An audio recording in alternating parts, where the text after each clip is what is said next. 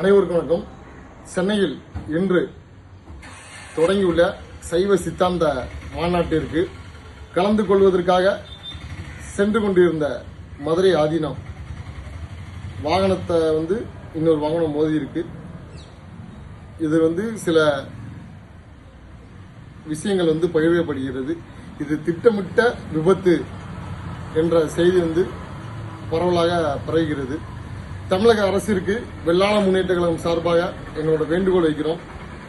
ஒவ்வொரு ஆதீனத்தையும் சன்னிதானத்தையும் பாதுகாக்க வேண்டியது தமிழக அரசோட தமிழ்நாட்டோட கடமை என்பதை உணர்த்துகிறோம்.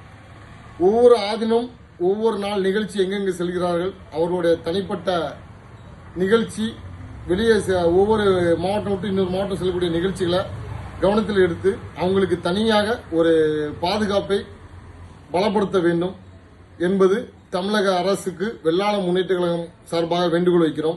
ஏனென்றால் தற்போது நடக்கக்கூடிய அரசு தொடர்ந்து குறிப்பிட்டு இந்து மதத்தை மட்டும் விமர்சிக்கக்கூடிய அரசாக, இந்து மதத்தை மட்டும் விமர்சிக்கக்கூடிய அமைச்சர்களை கொண்ட அரசாக செயல்பட்டுக் கொண்டிருக்கிறது. அதை மாற்றும் விதமாக அனைத்து மதத்திற்கும் அனைத்து சமூகத்திற்கும் சமூக நீதி பேசக்கூடிய அரசாக இருக்க வேண்டுமென்றால்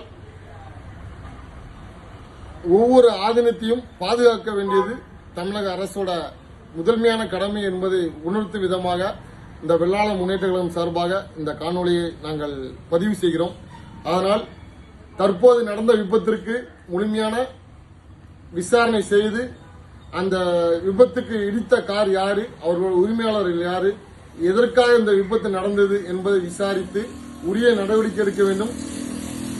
வருகின்ற காலங்களில் இதேபோல் ஒரு விபத்து நடக்காமல் இருப்பதற்கு ஒவ்வொரு ஆதீனத்தின் சன்னிதானத்திற்கும் உரிய பாதுகாப்பை வலுப்படுத்த வேண்டும் என்பதை தமிழக அரசிற்கு வெள்ளாள முன்னேற்ற கழகம் சார்பாக வேண்டுகோள் வைக்கிறோம்.